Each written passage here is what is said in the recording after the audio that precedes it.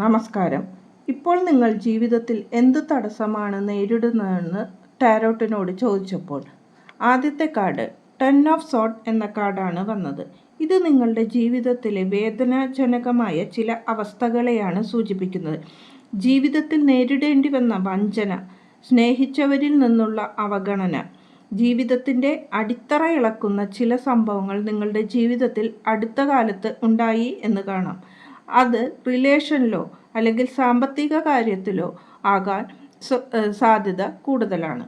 ഇത് മറികടക്കാൻ എന്ത് ചെയ്യണമെന്ന് ചോദിച്ചപ്പോൾ 4 ഓഫ് സോർഡ് എന്ന കാർഡാണ് വന്നത്.